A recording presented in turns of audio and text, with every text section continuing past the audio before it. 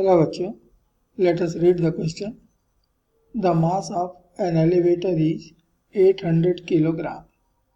Calculate the magnitude of tension produced in the cable of the elevator when it is ascending with an acceleration of 4 meter per second square. Key concept of this question is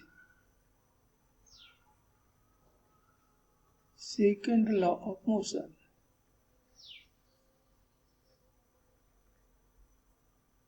अब ये question second law of motion से solve करें। तो question में एक elevator हमको दिया हुआ है, ये आपका एलिवेटर और ये इसका है केबल और ये ऊपर की तरफ एक्सीलरेट हो रहा है। तो हमें इस केबल में कितना टेंशन होगा ये यहाँ पर कैलकुलेट करना है। तो इसके लिए हमें कुछ डेटा दिए हुए हैं। Given mass of the elevator,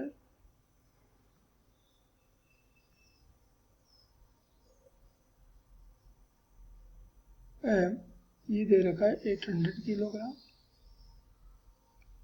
upward acceleration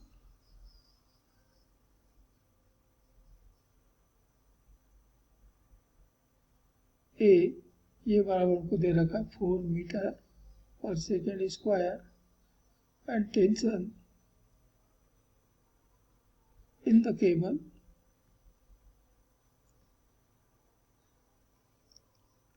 मान लेते हैं t, ये कितना होगा हमको बतलाना है। तो इस एलिवेटर का वेट ये तो लगेगा नीचे डाउनवर्ड mg और इस केबल का टेंशन ये लगेगा ऊपर की तरफ t और एलिवेटर इन दो फोर्सेस के कारण ऊपर की तरफ एक्सेलरेट हो रहा है और एक्सेलरेशन है a. So from second law of motion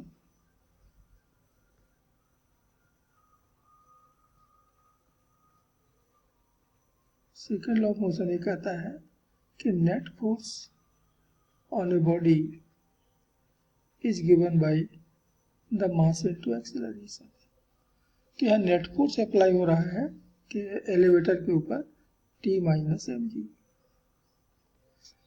देखिए यहाँ पर दो अपोजिट फोर्सेस एलिवेटर पे लगे हुए हैं, एक ऊपर की तरफ t, एक नीचे की तरफ mg। तो अपोजिट फोर्सेस का रिजल्टेंट या नेट वैल्यू तो दोनों के डिफरेंस के बराबर आता है। तो यहाँ पर हमें दोनों का डिफरेंस निकालना होगा।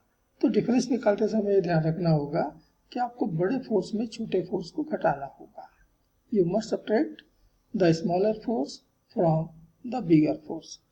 तो यहाँ पर कौन छोटा है कौन बड़ा है कैसे आप डिसाइड करेंगे?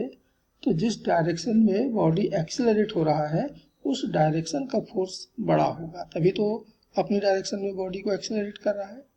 तो यहाँ पर ये ऊपर की तरफ एक्सेलरेट हो रहा है तो निश्चित रूप से ऊपर वाला फोर्स अर्थात t वो बड़ा फोर्स है, mg है छोटा है, इसलिए यहाँ पर हम घटा रहे हैं t माइनस mg बराबर हो गया मास इनटू एक्सेलरेशन।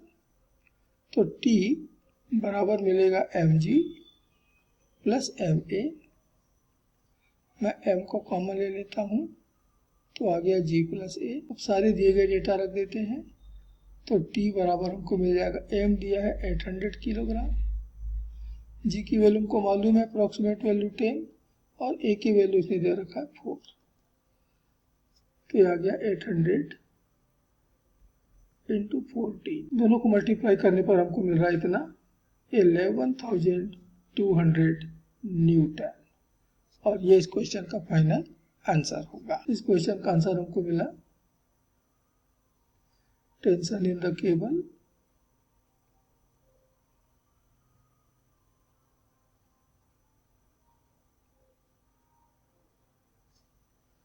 ये बराबर है 11,200 Newton. Hope you understood it well. Best of luck.